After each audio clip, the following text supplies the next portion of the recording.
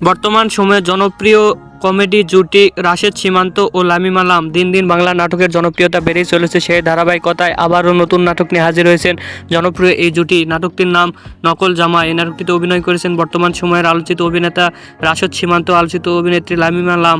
এই নাটকটি রচনা ও পরিচালনা করেন মাহমুদুল হাসান এবং অমিত হাসান। এই নাটকটি খুব শীঘ্রই 360 ডিগ্রি ড্রামার ইউটিউব চ্যানেলে প্রকাশিত হবে। আপনারা দেখতে চাইলে অবশ্যই 360 ডিগ্রি ড্রামা ইউটিউব চ্যানেলে চোখ রাখুন এবং নিয়মিত নতুন নতুন নাটকের আপডেট পেতে হলে অবশ্যই চ্যানেলটিকে সাবস্ক্রাইব করে রাখুন। পরবর্তী ভিডিওর জন্য অপেক্ষা করুন।